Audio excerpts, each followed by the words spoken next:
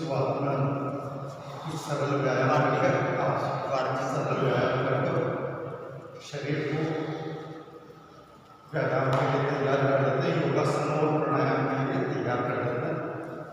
फिर वो पूरी गति के साथ आराम से करना है।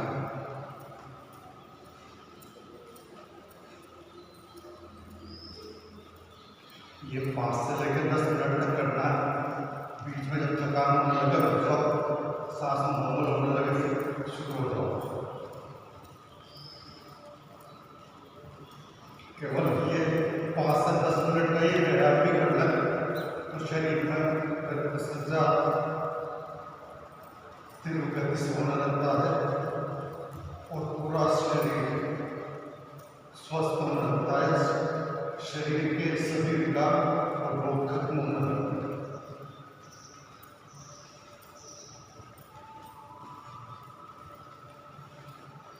समय कम हो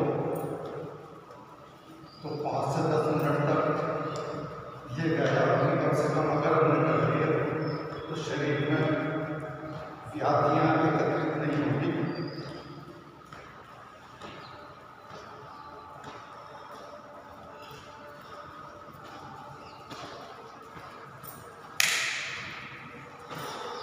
पूरी गति से करना है, शांति से करना है, मुस्कुराते हुए हंसते हुए करना है।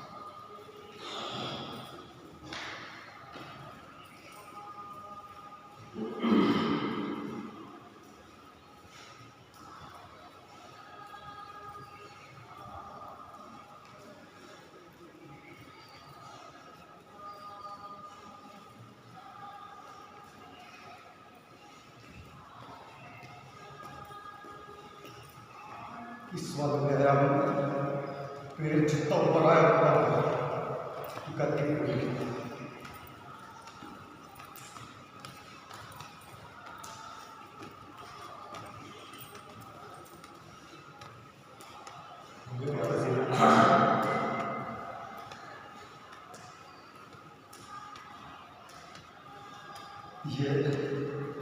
ये और सरल है, इसको लंबे समय तक कर सकते हैं। इसमें थकान कम होगी। शुरुआत में दोनों पैर एक साथ लेकर के एक एक पैर से एक ही जगह पर कूदना है।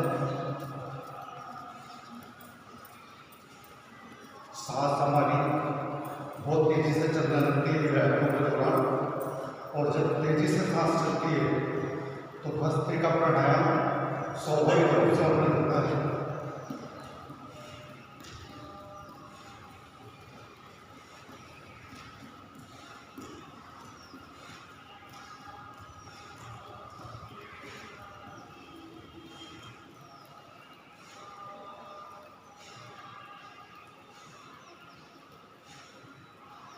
इसके अलावा कुछ वेट भी लगाते हैं।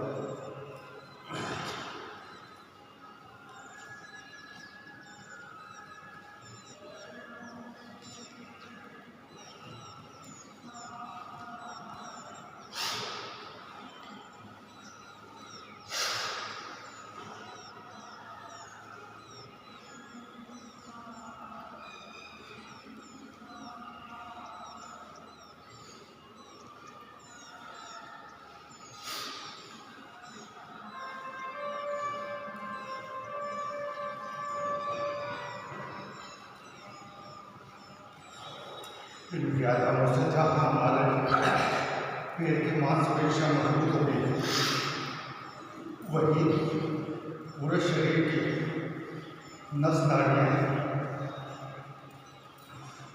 गतिशील होगी, सभी में रक्त संचार तेज गति से होगा। जब रक्त संचार तेज गति से होता है तो सभी तरह के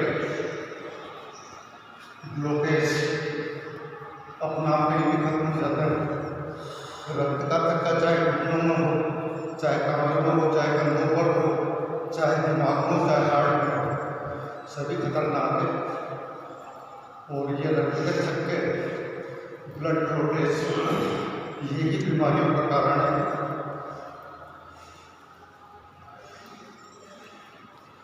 इन व्यायामों से शरीर में कहीं भी अगर रक्त का थक्का जमा हुआ है तो पूरी तरह से निकल जाएगा और शरीर अपनी पूरी क्षमता से कार्य करने लगेगा, पूरी तरह से स्वस्थ होने लगेगा।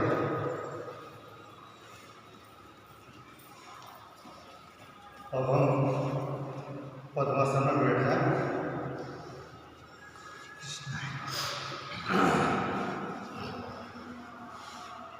दाहिने पैर की एड़ी को बाईं जंघा के कॉर्नर पर लगाना है और बाएं पैर की एड़ी को दाहिने पैर की जंघा के कॉर्नर पर लगाना है।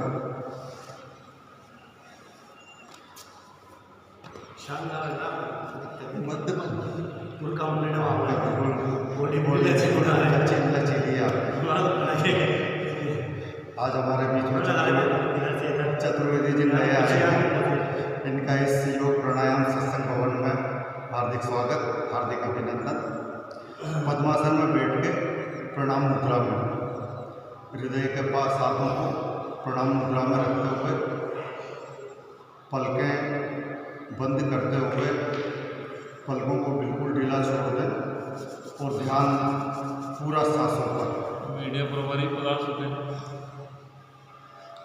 सांस जिस गति से आ रही है आने दें, जिस गति से जा रही है जाने दें। सांस को ना छोटा करना है ना बड़ा करना है, सहज गति से सांसों को आने व जाने दें।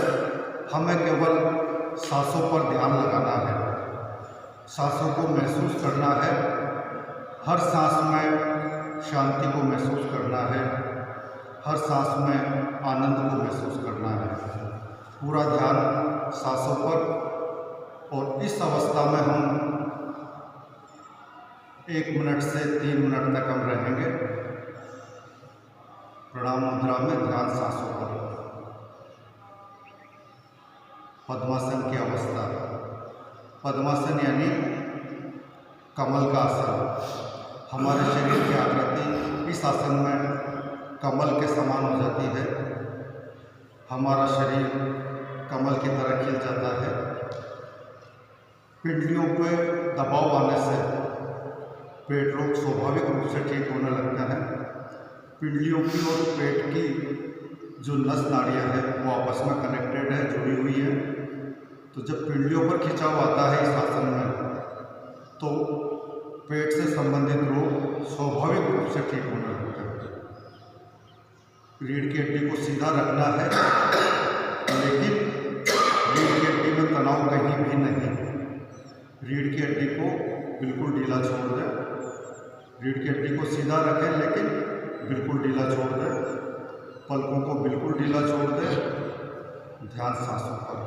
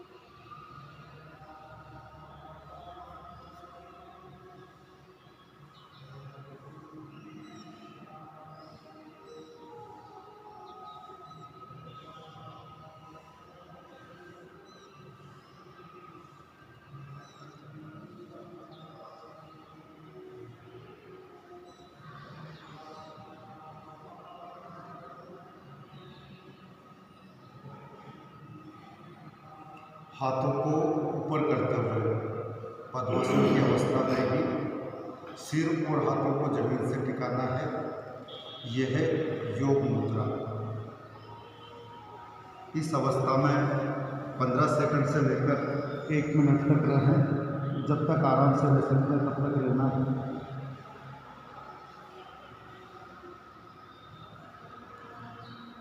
ध्यान सांसों पर।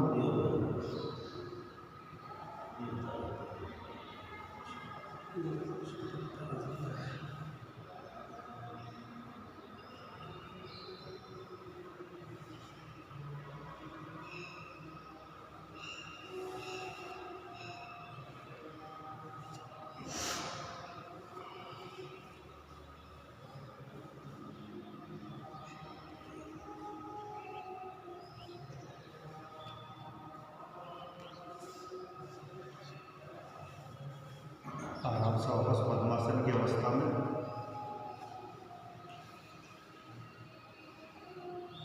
ध्यान सांसों पे। हमारे बीच में आज लोकेश जी मकवाना भी आए हैं, खबर 24 न्यूज़ चैनल के chief editor, channel head Lokesh ji का हार्दिक स्वागत इस योग प्राणायाम सत्संग भवन में। अब पद्मासन की अवस्था में ही हम पीठ के बल लेटेंगे। पद्मासन की अवस्था में पीठ के बल लेटने को कहते हैं मत्स्यासन। मत्स्यासन में हमारी आकृति मछली के समान हो जाती है और इसमें रीढ़ की हड्डी के पृष्ठभाग में खिंचाव आता है। रीढ़ की हड्डी लचीली बनेगी। पेट रोग और कमर दर्द में विशेष लाभ होगा। वैसे तो हर आसन से संपूर्ण शरीर को लाभ होता है, लेकिन जिस अंग विशेष में खिंचाव आता है उस आसन के दौरान उस अंग से संबंधित विकार और रोग पूरी तरह से नष्ट हो जाते हैं। मत्स्यासन की प्रारंभिक अवस्था पद्मासन में बैठकर पीठ के बल लेट जाए।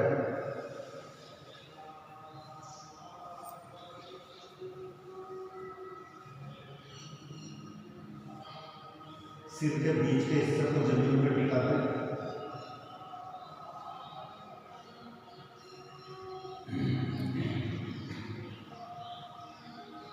हाथों से पैरों का मुखों को पकड़ते हुए कोहनियों को जमीन पर टिका दें और उसके बाद घुटनों को जमीन पर टिका दें।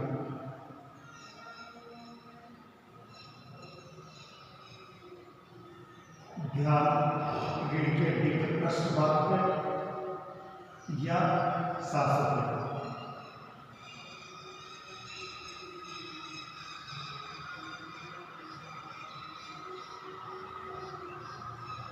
जितनी देर इस अवस्था में रह सकते हैं।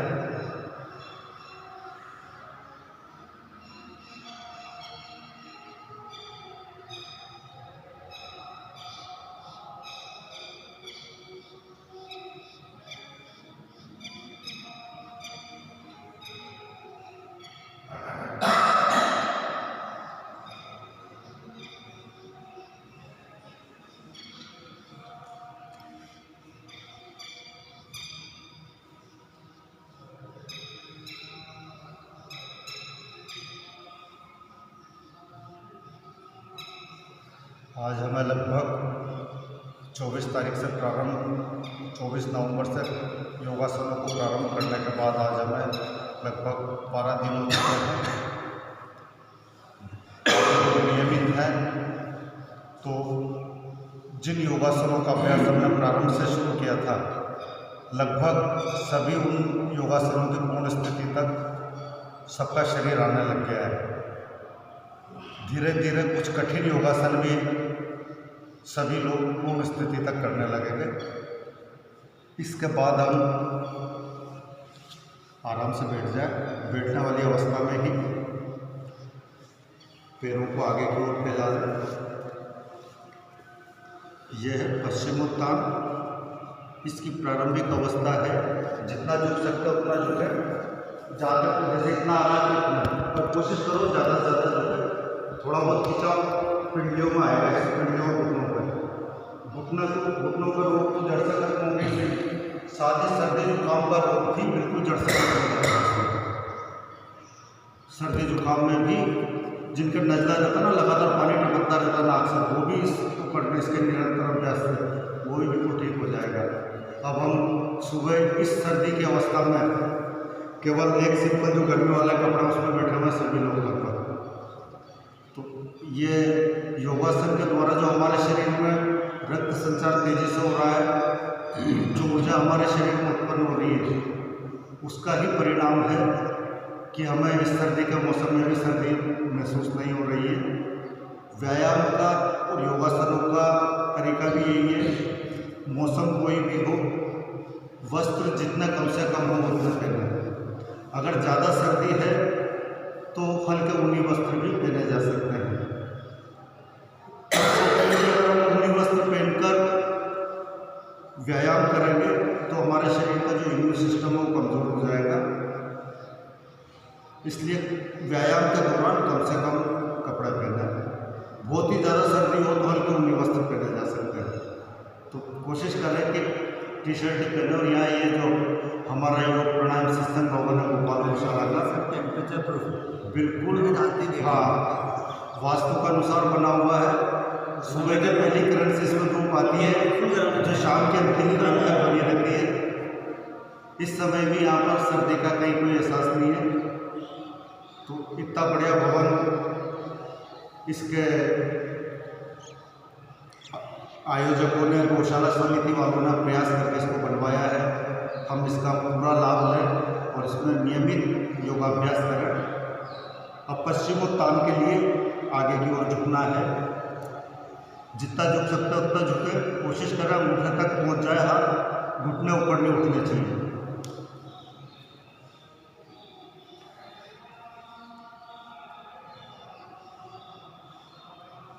हल्का खिंचाव पिंडलियों में आएगा तो उस खिंचाव पर ध्यान लगाकर, पिंडलियों पर ध्यान लगा के उस खिंचाव को रिलैक्स करने की कोशिश करें।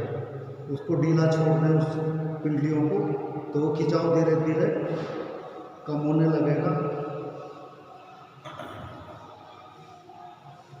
और निरंतर अभ्यास से इस आसन की पूर्ण अवस्था तक भी हम पहुंच जाएंगे।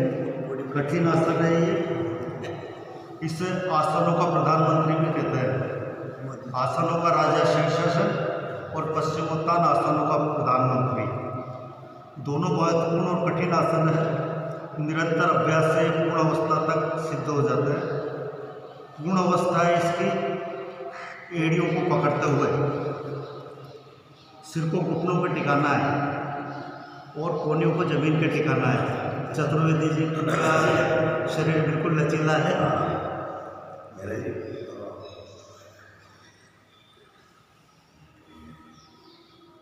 पूर्ण अवस्था तक पहुंचने में थोड़ा समय लगेगा।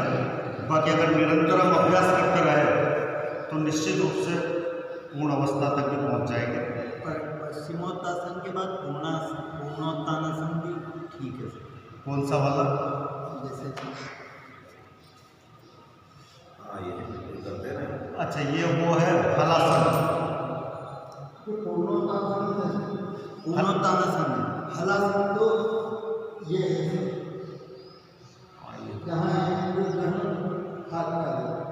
हलासन में हल्की आकृति हो जाती है और ये पैर का मुड़ा जमीन पे टिक जाता है। हाँ, ये पूर्णोत्तानासन था जो अभी पहले किया था। देखा एक बार वापस बताना। हलासन ये बताओ, देखा एक बार। अच्छा, हाथ से पकड़ना। हाँ, तो ये हलासन वाला ही है। हलासन वाली स्थिति है ये। हल्की आकृति बन रही है।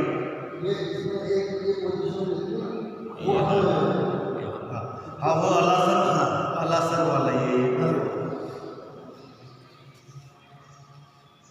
जैसे अपन ने आगे की ओर झुके ना, तो जिन आसनों में आगे की ओर झुके उसके जस्ट बाद विपरीत करणी आसन बोलते हैं। उसके बाद पीछे की ओर झुकने वाला करना चाहिए।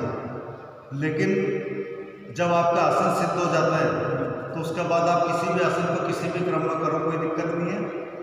और ज़्यादा से ज़्यादा थकान महसूस होने पर शवासन जरूर कर लो हर आसन के बाद।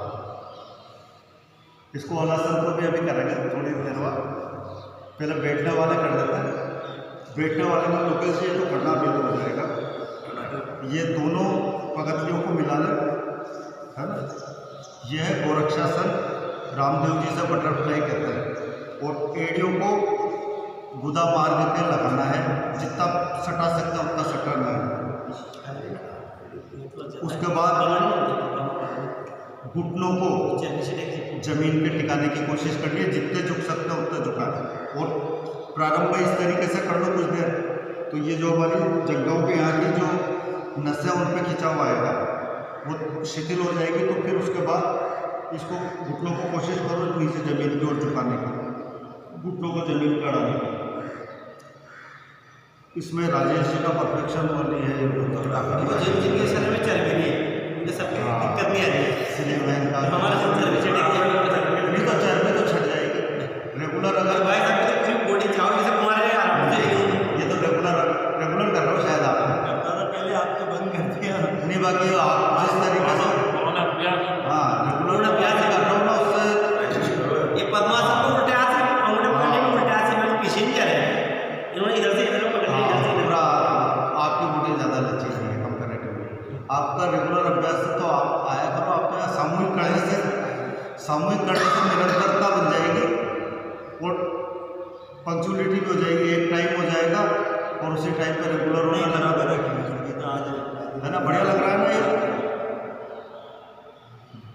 बढ़िया लग रहा है आसन। इसमें कितनी भी देर तक बैठे रह सकते हो, सरल आसनों में ये, लेकिन लाभ हो रहा है।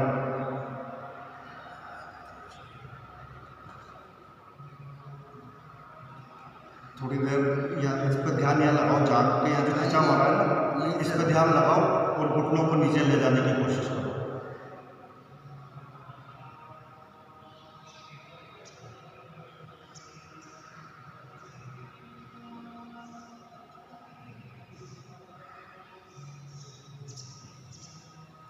एक बैठने की अवस्था में ही सिद्धासन, किसी भी साधना के लिए सिद्धासन सबसे उपयोगी है। बाएं पैर की एड़ी को गुदा मार्ग पे लगाना है, बाएं पैर की एड़ी को लगाना। फिर उसके बाद दाहिने पैर की एड़ी को बाएं पैर के ऊपर रखना है। ये सिद्धासन है। हाथ ध्यान मुद्रा में, इसमें आप प्राणायाम करो, ध्यान करो, चिंतन करो, मनन करो। इस आसन में कितनी भी देर तक बैठ सकते हो और जो भी करोगे आप इस आसन में बैठ कर जल्दी सिद्धियाँ मिल जाएगी। रीढ़ की हड्डी सीधी लेकिन बिल्कुल रिलैक्स, सीधी रहे लेकिन तनाव कहीं नहीं होना चाहिए। रीढ़ की हड्डी को सीधी रख कर बिल्कुल ढीला छोड़ दो। ध्यान इस अवस्था में आप कहीं भी लगा सकते हो, सांसों पे लगा सकते हो, रीढ़ की हड्डी के पृष्ठभाग में लगा सकते हो। आसपास जो भी वातावरण है उसमें जो भी सुनाई दे रहा है उस चीज़ को सुने जिसको आप वर्षों बीत गए उस पर ध्यान गए हो। बारीक से बारीक आवाज़ जिस पर आपका कभी ध्यान नहीं गया उस आवाज़ को सुनने का प्रयास करें। ये मधुर और हल्का संगीत बज रहा है, इसको सुनें। गाड़ियों के चलने की आवाज़ आ रही है, उसको सुनें। प्रातः का समय है, पक्षियों की चहचहाट भी सुनने में आएगी, आप ध्यान से सुनें। गाय गौशाला में हम गौओं के चहलकदमी की और उनके रंभाने की आवाज़ भी हमारे कानों में पड़ेगी। इन सब आवाज़ों को महसूस करें। ध्यान की कई पद्धतियाँ हैं, उनमें से ये भी एक पद्धति है। हम वातावरण में जो भी आवाज़ें हैं उन सब आवाज़ों को महसूस करने का प्रयास करें, हर आवाज़ को सुनने का प्रयास करें। आज कुछ मिनट हमारा ध्यान वातावरण की हर आवाज़ को सुनने में लगा है।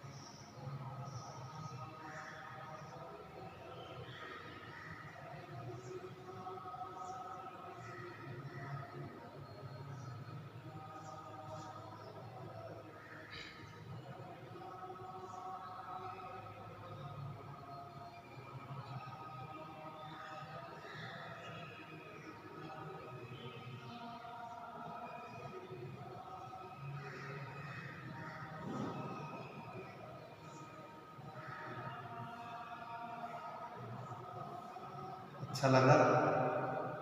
ये भी ध्यान की ध्यान का एक तरीका है आवाज़ों को सुनना। एक ध्यान का तरीका है त्राटक।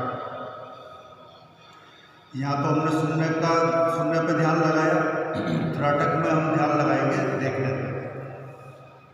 किसी भी वस्तु को अपलक देखना, यानी बिना पलक झपकाए देखना त्राटक है। जैसे त्राटक कहाँ कर सकते हैं हम, जिसमें हमारा ध्यान स्थिर हो। उगते हुए सूरज को देखो, इससे नेत्र ज्योति बढ़ेगी। अपलक निरंतर देखते रहो। प्रारंभ 15 से 20 सेकंड के अंदर ही आपकी पलक झपक जाएगी। पलक झपकने के बाद वापस खोल के उसको फिर देखना शुरू कर दो। तब तक देखते रहो जब तक आंखों से आंसू ना आने लगे। इस त्राटक से जो हमारी तंद्रा है, तंद्रा मतलब जिसमें हम ना तो सो रहे हैं ना जाग रहे हैं, एक तरीके से नींद वाली स्थिति, आलस्य वाली स्थिति, तंद्रा पूरी तरह से खत्म हो जाएगी त्राटक की साधना करने से। 1 और 2 मिनट तक त्राटक के अभ्यास से हमारी मानसिक एकाग्रता तो स्थिर होगी सही, नेत्र रोग भी नष्ट होंगे। नेत्रों के जो भी विकार हो नष्ट होंगे, नेत्र ज्योति बढ़ेगी। नेत्र ज्योति बढ़ने के साथ साथ हमारा ध्यान स्थिर होने लगेगा। सबसे पहला काम तो उगते हुए सूरज को प्रणाम करके उसको निरंतर अपलक देखना, अस्त होते हुए सूरज को देखना, चंद्रमा को देखना, तारों को देखना।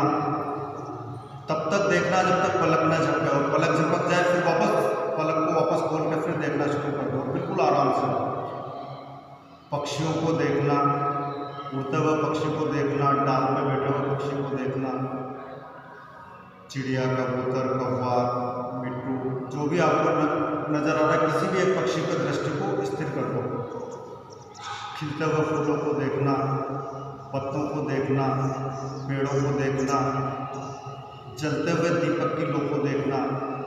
देशी घी का दीपक जब जला ले, ये साधना शांत कमरे में ही होगी जहाँ पर हवा न हो। देशी घी का दीपक जलाए, वो वातावरण को भी शुद्ध करेगा। और देशी घी की लो से जलते हुए दीपक की लो को जब आप देखोगे तो नेत्र विकार भी खत्म होगा, आँखों की रोशनी बढ़ेगी। तो शांत कमरे में जिसमें बहुत तेज हवा न हो, उसमें देशी घी का दीपक जला के करीब 1.5 या 2 मीटर दूर रखकर उस दीपक की लो को अपलक करो। 1 मिनट, 2 मिनट, 3 मिनट, 5 मिनट तक ये अभ्यास करो।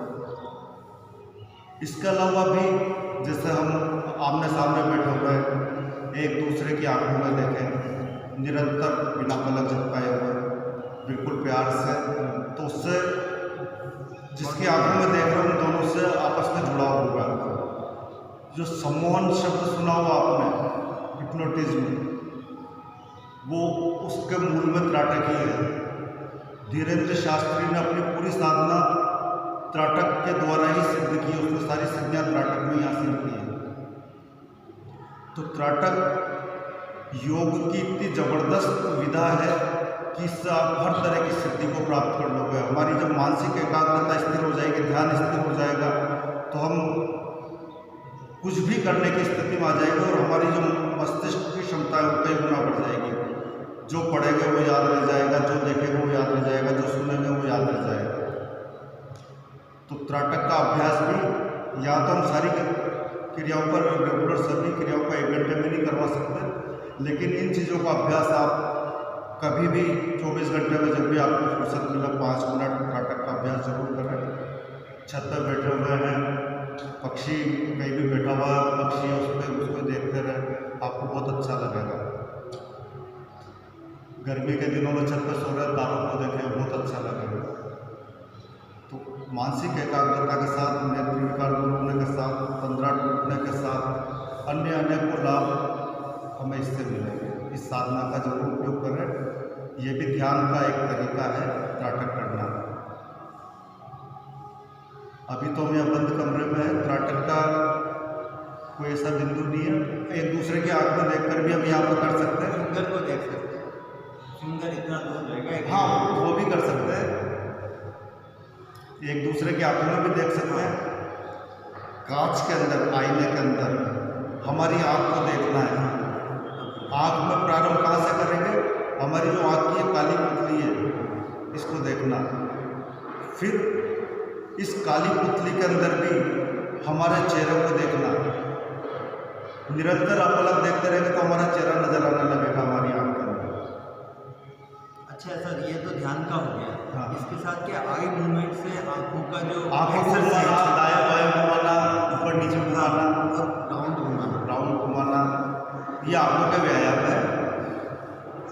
वो आँखों का व्यायाम, आँखों को जल्दी जल्दी झपकाना, बाएं देखना, दाएं देखना, ऊपर देखना, नीचे देखना, ये आँखों के व्यायाम है। त्राटक साधना आदत चीजें आँखों के व्यायाम है। इसलिए बोला वो ध्यान है, ये व्यायाम है। हाँ, इससे भी नेत्र ज्योति बढ़ेगी और मानसिक एकाग्रता तो हर क्रिया से आएगी आपको। कोई भी योगासन करो, कोई भी योग की क्रिया करो, मानसिक एकाग्रता तो हर स्थिति में प्राप्त होगी। और मानसिक एकाग्रता प्राप्त होने से भी हम चाहे शारीरिक नहीं कर रहे हैं, लेकिन केवल मानसिक एकाग्रता भी हमारी सिद्ध हो जाती है तो हमारे शरीर में रक्त संचार तेजी से होगा और बीमारियां कम होंगी। अब त्राटक इसके सिद्धासन के बाद हमारा अगला, जैसे सिद्धासन में तो सुखासन की तरह आराम से बैठ सकते हैं, लेकिन इसमें भी अगर आपको लगे पैर सुनने लगे या बैठे बैठे तो आपको एब्नॉर्मल लगने लगे तो सुखासन में बैठ जाएं। सुखासन यानी सिंपल आलती पालती लगा के रीढ़ की हड्डी को सीधा रख के, रीढ़ की हड्डी सीधी लेकिन रिलैक्स, जितनी देर तक बैठ सकते हैं बैठे। सुखासन में कितनी भी देर तक बैठ सकते हो। और जो घुटनों को मोड़ के बैठने की स्थिति में नहीं है, वो ये सारा जो प्रक्रिया मैंने बताई है, त्राटक, कल बंधन के बारे में बताया था, इन सब प्रक्रियाओं को अगर बैठ के घुटने नहीं मोड़ सकते जिनके घुटनों की समस्या है, हालांकि रेगुलर अभ्यास करेंगे तो घुटनों की समस्या भी खत्म हो जाएगी। कुर्सी पर बैठ के करना, पैर लटका के, बस रीढ़ की हड्डी कोशिश करें सीधी रहे और रिलैक्स रहे, तनाव नहीं आना चाहिए। तो कुर्सी पर बैठ के भी आप ये सब साधनाएं करोगे तो पूरा लाभ मिलेगा। तो सुखासन में बैठ सकते हैं। हाथ ध्यान मुद्रा, अंगूठा और तर्जनी उंगलियों को आपस में मिलाना और तीनों उंगलियों को मिला के सीधा रखना, ये ध्यान मुद्रा। इसमें बैठने से ध्यान जल्दी लग जाता है, ध्यान सिद्ध हो जाता है। या फिर ब्रह्मांजलि, बायां हाथ की हथेली पे दायां हाथ की हथेली को रखते हुए नाभि के यहाँ, या प्रणाम मुद्रा। किसी भी ध्यान की अवस्था में, प्राणायाम की अवस्था में या किसी भी चिंतन मनन की अवस्था में तीन मुद्राओं में से किसी भी एक मुद्रा में रह सकते हैं, या तो प्रणाम मुद्रा, या ध्यान मुद्रा, या ब्रह्मांजलि। अब हम कुछ पीठ के बल लेटने वाला आसन को करते हैं। पीठ के बल लोकेश जी, आप ये वाला आसन ज़्यादा टाइम तक कर लेना, जैसे दूसरे नहीं होता तो पीठ के बल लेटने वाला बहुत उपयोगी आसन है, और ये आप कर लेते हो इस वाले को, इसलिए इसको ज़्यादा टाइम तक कर लो। पीठ के बल लेट के पैरों को ऊपर उठाना। पीठ के बल लेटना तो शवासन हो गया। अब इसमें हमको पैरों को ऊपर उठाना है, पीठ तक का हिस्सा टिका रहेगा, पैर ऊपर उठेगा। पैर की ऊंचाई कितनी भी रख सकते हो, लेकिन सबसे ज़्यादा खिंचाव 8 से 10 इंच तक ऊंचा रखने में आएगा। आप तो प्रारंभ में कोशिश करोगे पैर उठ जाए जमीन से ज़्यादा, कम कितने भी हो, फिर धीरे धीरे कोशिश करोगे 8 से 10 इंच तक रोको पैरों को। ध्यान पेट पे खिंचा हुआ आएगा, ध्यान पूरा नाभि के ऊपर लगा लो और पेट पे जो खिंचा हुआ है उसे रिलैक्स करने की कोशिश करो। उठाओ राजेश जी, घुटने सीधे, घुटने नहीं मुड़ने चाहिए। ऊंचाई 8 से 10, और प्रारंभ में ज़्यादा देर तक नहीं हो रहा है, थोड़ा 8 से 10 इंच तक रखो चतुर्वेदी, 8 से 10 इंच तक नीचे। हाँ नहीं, हो तो जाएगा ना, तो उसमें लाभ नहीं जाएगा।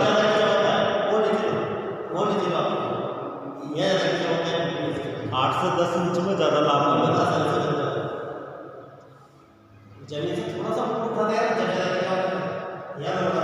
हाँ, 8 से 10 इंच में सबसे ज़्यादा खिंचाव आएगा। देखने में सरल आसन है, लेकिन बहुत कठिन और बहुत उपयोगी आसन है ये। पेट रोगों के लिए रामबाण है। पेट पे जो अनावश्यक चर्बी है पूरी साफ हो जाएगी, पेट की सभी आंतें सक्रिय हो जाएगी। कब्ज, गैस, एसिडिटी जड़ से खत्म हो जाएगी इस आसन को नियमित करने से।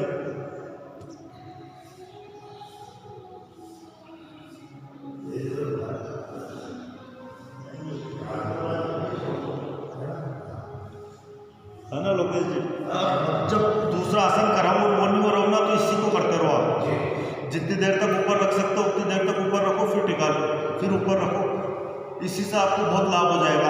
तब इस तरीके से अगर आप रख लोगे ना, जब थकान होने लगे टिका लो नीचे, फिर वापस रिलैक्स हो जाओ, फिर ऊपर उठा लो। इसको जितनी देर तक करोगे, केवल इस एक आसन से ही आपका शरीर बिल्कुल बैलेंस में आ जाएगा और दूसरा आसन भी होने लग जाएगा उसके बाद। इसमें थोड़ा सांस का जो है ना वो सांस रुक जाती है। इसमें ये यहाँ जो नहीं, वो अगर किसी का रोग है, अगर अंग विशेष का, और उस अंग पे खिंचाव आ रहा है तो उसे निकाल के ज़्यादा देर तक जो प्रैक्टिस हो जाए जल्दी ना। हाँ, नहीं, आसन में यही आराम से करना है और तब तक ही करना है जब तक आराम से हो रहा हो। फिर थोड़ी देर बाद वापस सहज अवस्था में आ जाओ। सहजता से करना है, खिंचाव, अनावश्यक स्ट्रेस नहीं लेना। स्ट्रेस कम से कम दिमाग पे नहीं आए, कोई जबरदस्ती नहीं और कोई जल्दबाजी। बिल्कुल बिल्कुल आराम से करना है। अब उत्तानपाद, ये पैरों को ऊपर उठाना है, नहीं उत्तानपाद। उत्तानपाद आसन, पैरों को ऊपर उठाना। कितना भी उठाओ फायदा तो मिलेगा, लेकिन सबसे ज़्यादा फायदा 8 से 10 इंच की ऊंचाई पर आता है। इसके बाद पैरों को फोल्ड कर लो घुटनों से, हाथों की उंगलियों को आपस में एक दूसरे में सटा लो। उसके बाद घुटनों को पकड़ लो, पैरों को ऊपर उठाओ। हाँ, चलो हाथों का ऐसे खुला हाथों से पकड़ लो और फिर कोशिश करो घुटनों से हमारी ठुड्डी को टिकाने की। यह है पवन मुक्तासन। ठुड्डी घुटनों में टिक जाए।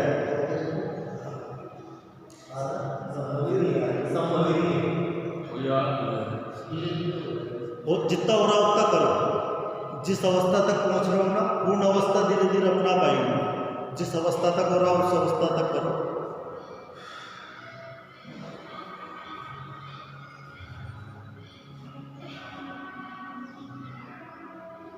ध्यान सांसों पे लगा सकते हो या पेट पे जहाँ दबाव पड़ रहा है वो लगा सकते हो।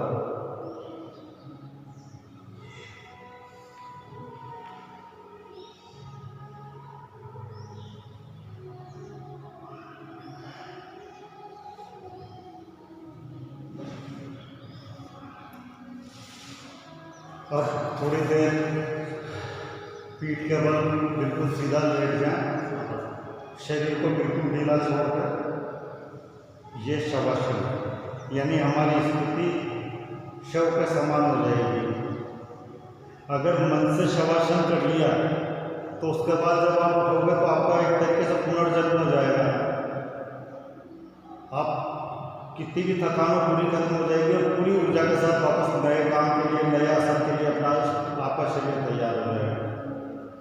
जहाँ भी थकान महसूस होने लगे शवासन अवश्य करें। 15-20 सेकंड से लेके 1 मिनट, 2 मिनट, 5 मिनट, 10 मिनट, जब तक आपको अच्छा लगे शवासन कर सकते हैं। हर आसन के बाद कोशिश करें 5-10 सेकंड, जब तक सांस सहज न हो, शवासन अवश्य कर लें। 5 से 10 सेकंड कम से कम।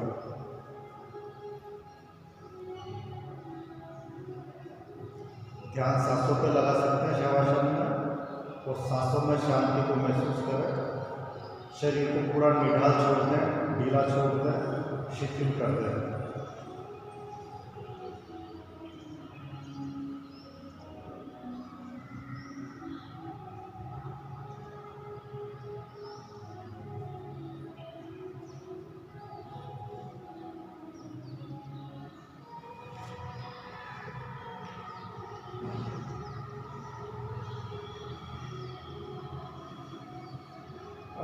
शरीर अगला आसन के लिए तैयार हो गया है। अगला आसन करेंगे हम। पैरों को ऊपर उठाना है और इतना ऊपर उठाना है कि हमारे शरीर की आकृति 90 डिग्री के कोण के बराबर हो जाए, 90 डिग्री के कोण के जैसे हो जाए। यानी घुटने मोड़े बिना पैरों को पूरा सीधा करना।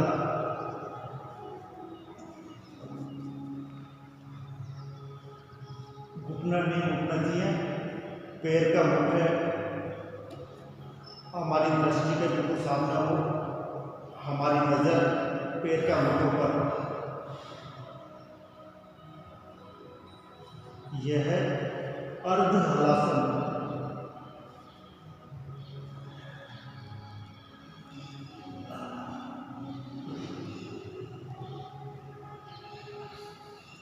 जितनी देर रह सकते उतनी देर रहना।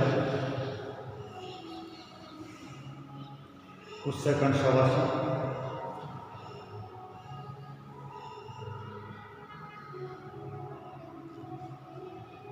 शवासन में हाथों को नीचे फैला दें या पीछे फैला दें या नाभि के ऊपर रख दें। जहाँ भी आपको अच्छा लगे वहाँ हाथों को रख सकते हैं।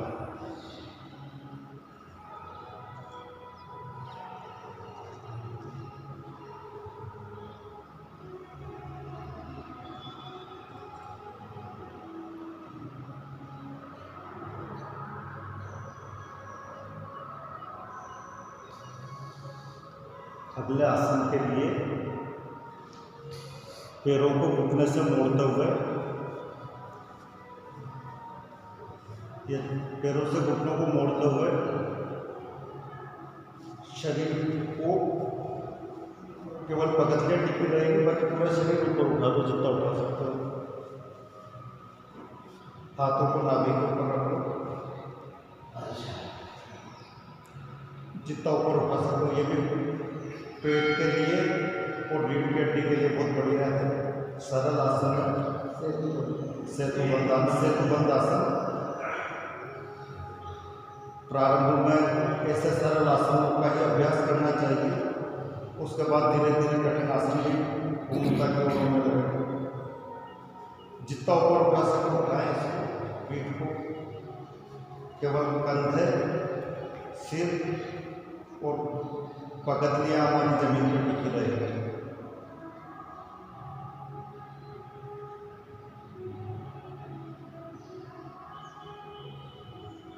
ध्यान रीढ़ की हड्डी के पृष्ठ भाग पर या सांसों पर।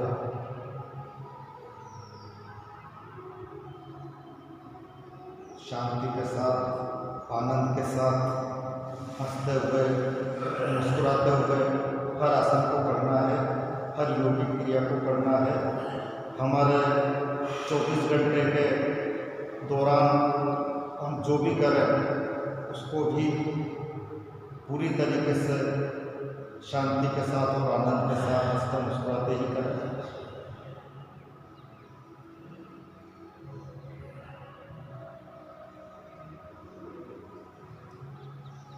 अच्छा लगा है तो सबको? बहुत अच्छा है ना लोकेश जी? इसको ये तो आराम से होएगा, है ना? बहुत बढ़िया। और सबसे ज़्यादा मज़ा तो शवासन करने में आता है। शवासन और सुखासन। कुछ नहीं हो तो शवासन और सुखासन को भी अगर हम शांति और आनंद से करेंगे तो पूरा लाभ मिलेगा। कुल मिला के हमारा मस्तिष्क से जो नकारात्मकता है, विकारों को खत्म होने चाहिए। चाहे आसन सुखासन हो, चाहे शवासन हो, कोई भी अवस्था हो, मन शांत है। हर अवस्था में हमारा शरीर स्वस्थ रहेगा। बस प्रयास यही करें कि मन की शांति किसी भी कीमत पर खत्म ना हो। सबसे अनमोल चीज़ है मन की शांति। और मन शांत है तो आनंद तो अपना पाएगा, विकार अपना खत्म होंगे।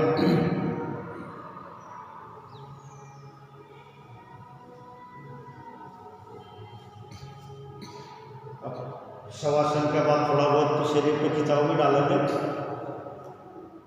इसी सेतुबंध का जो एक तरीका, जो सही तरीका है, ये तो प्रारंभ के लिए है। इसको सही तरीका ये है कि आप आपको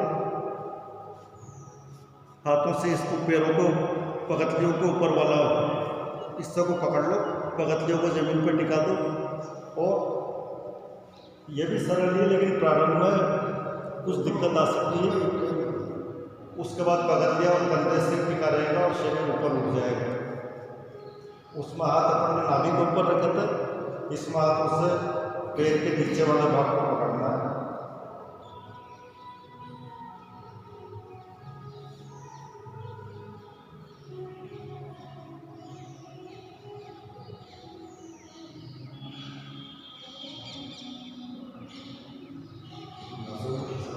हाँ, उस खिंचाव पे ध्यान देकर उसको रिलैक्स करो। धीरे धीरे खिंचाव अपना आप खत्म होने लगेगा और आपको बहुत अच्छा। और थोड़ा खिंचाव चेहरे पे नहीं आना चाहिए, है ना। चेहरा तो रिलैक्स रहना चाहिए हर स्थिति में।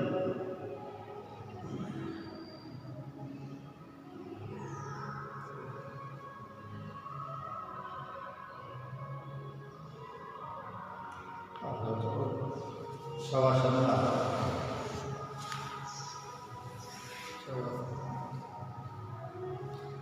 इसके बाद अगला आसन नौकासन। हमारा केवल पीठ, रीढ़ की हड्डी और कूल्हे जमीन पर टिके रहेंगे। पैर और पूरा पीछे का धड़ वाला हिस्सा पूरा ऊपर उठा रहेगा। पैर का अंगूठा आंखों, पैर का अंगूठे के बराबर आंखों की दृष्टि हो, यानी नज़र पैर इतने ऊपर उठाए कि नज़र के बिल्कुल सामने हो। दृष्टि को पैर का अंगूठों पर टिकाना, यह है नौकासन। जो लाभ उत्तान पाद में मिलते हैं वही लाभ इस नौकासन में भी मिलेंगे।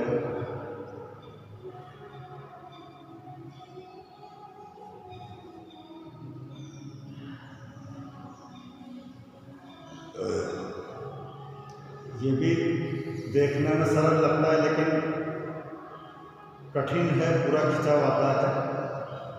प्रारंभ में इसको करते हैं तो सांस लगभग रुक सी जाती है। निरंतर अभ्यास से सांस को हम सहज गति से ले सकते हैं।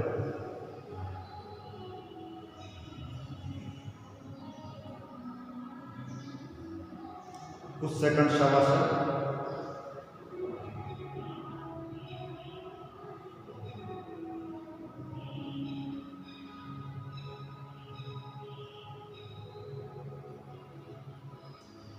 अगला आसन हृदय स्तंभासन। लेटे लेटे हाथ पूरे पीछे, कंधे ऊपर, केवल कंधे से ऊपर उठेगा और आगे से पैर ऊपर उठेंगे 4 से 6 इंच तक की ऊंचाई पर। इस हृदय स्तंभासन को दीर्घ नौकासन भी कहते हैं। इससे हृदय के जो ब्लॉकेज है वो खत्म हो जाते हैं और हृदय में रक्त संचार तीव्र गति से होता है। साथ ही पेट रोगों में भी लाभ मिलता है। हाथ अपना ऊपर होगा, हाथों को ऊपर नहीं करना है, केवल कंधे से ऊपर करेंगे।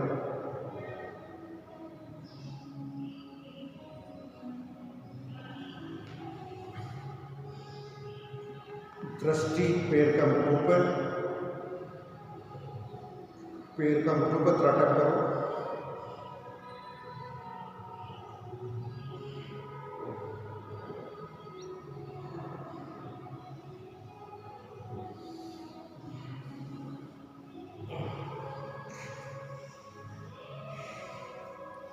ये भी कठिन आसन है, देखने में सरल लगता है लेकिन पूरा खिंचाव आता है।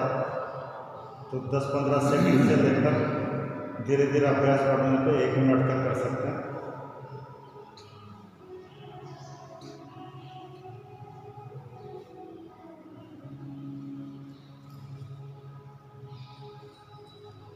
अब इसके बाद आज एक हलासन और करके फिर कुछ देर प्राणायाम करके फिर आज का विसर्जन कर देंगे।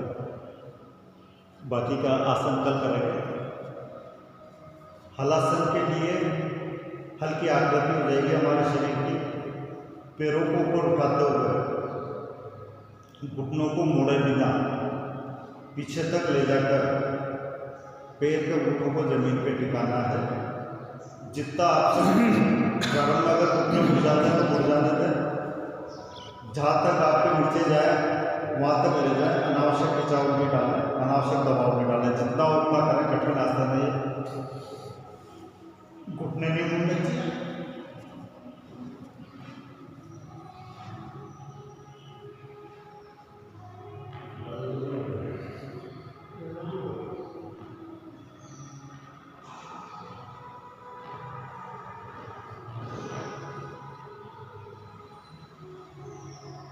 अंगूठे जमीन पे टिक जाने चाहिए, घुटने नहीं मुड़ने चाहिए। हल्की आकृति बन जाएगी।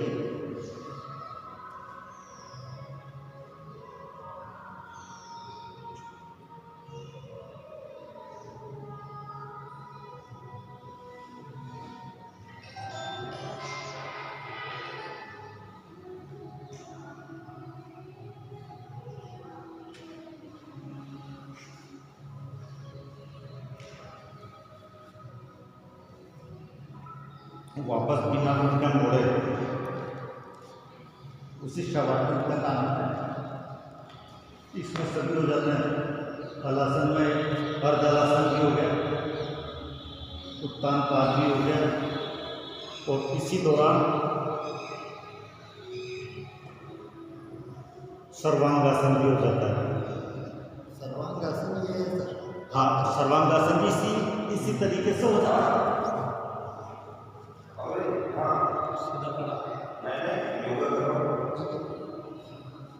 तो ये अपन हलासन करते हैं तो सर्वांगासन भी उसी दौरान कर सकते हैं।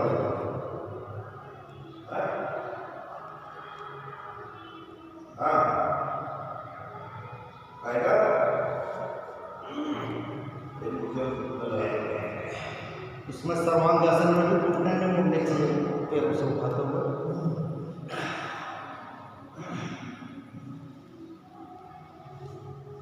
तो यह हम हलासन करते हैं, उस दौरान सर्वांगासन भी साथ में कर सकते हैं।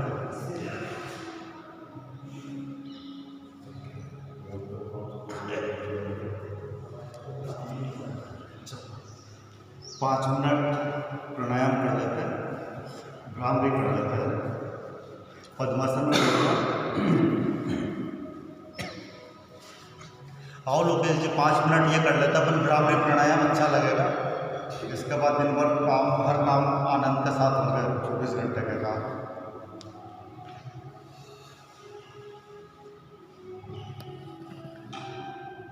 पहली 3 उंगलियों से आंखों को बंद कर लो, चौथी उंगली मस्तक पर, अंगूठे से कान को हल्के से बंद कर लो, और गले से आवाज़ निकालनी है भंवरे की। ओम की आवाज़ भी निकाल सकते हो गले से, लेकिन आवाज़ गले से निकालनी है, और पूरा ध्यान इस भंवरे की आवाज़ से, जो आवाज़ है भंवरे की आवाज़, उस पर लगाना है। भाव शांति का, आनंद का।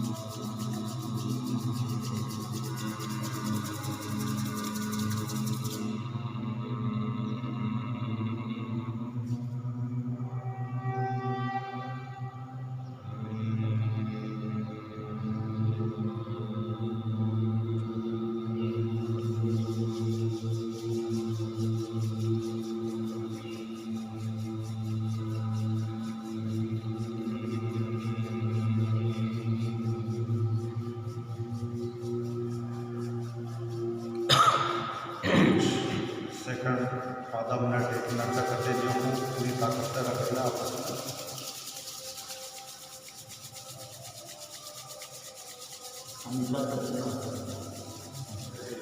इससे भी पूरे शरीर में एक अलग ही ऊर्जा उत्पन्न होती है और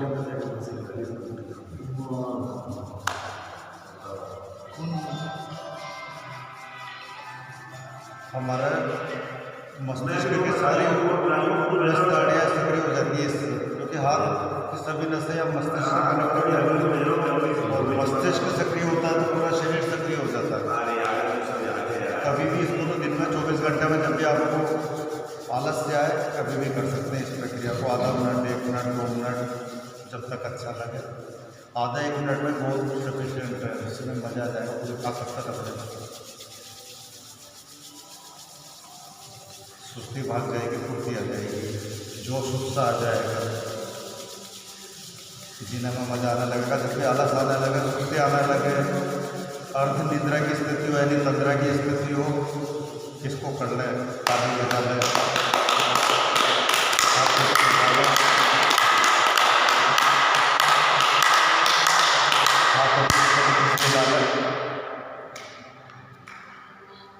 पीछे हिला लें। ऐसा बहुत सारी चीज़ें हैं जिनको हम आराम से कभी भी सरलता से कर सकते हैं।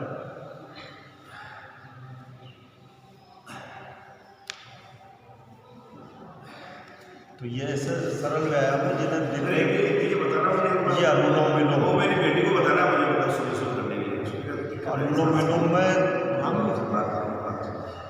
ये चंद्र नाड़ी, ये सूर्य नाड़ी, बायासुर चंद्र, दाहिनासुर सूर्य।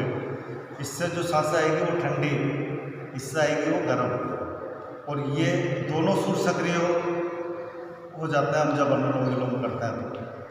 और अनुलोम विलोम को का जो वास्तविक नाम है वो है नाड़ी शोधन प्राणायाम। हमारे शरीर में लाखों नस नाड़ियाँ हैं, वो पूरी तरह से विकार रहित होकर शुद्ध हो जाती है इस अनुलोम विलोम यानी नाड़ी शोधन प्राणायाम से। तो इसमें ये अंगूठे से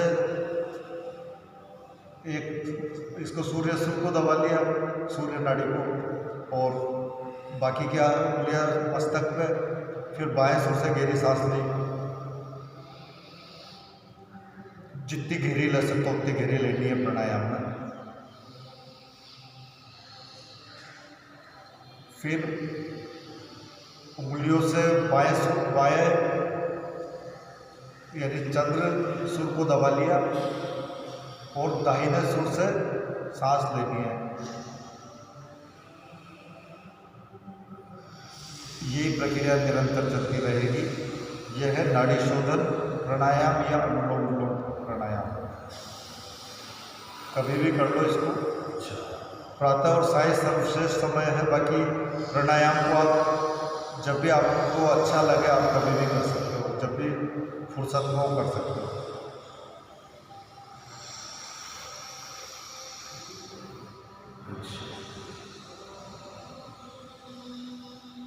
कोशिश करें पद्मासन, वज्रासन, सिद्धासन या सुखासन में बैठ के करने की। बाकी बैठने पर थके हुए हों कुर्सी पे बैठ के भी कर सकते हैं, और बैठे बैठे काफ़ी थक गए हों तो लेट के भी कर सकते हैं। बाकी कोशिश करें कि पद्मासन फर्स्ट, वज्रासन सेकंड, सिद्धासन और सुखासन, इन 4 में से किसी भी एक आसन में बैठ के करें कोई भी प्राणायाम या ध्यान, तो सिद्धियाँ जल्दी मिलेगी, लाभ पूरे मिलेंगे। और इन चारों आसनों में यानी पद्मासन, वज्रासन, सिद्धासन और सुखासन, इस पर हमारी पिंडलियाँ दबती है। आलती पालती भी लगाएंगे सिंपल तो पिंडलियाँ दबेगी। पिंडलियाँ दबने से हमारी पेट की आदत सक्रिय होती है, यानी पेट रोग भी खत्म हो जाएगा। तो इन 4 आसनों में बैठ के करें। बहुत सार्वजनिक जो है आपका अभ्यास रहा, और आज पहली बार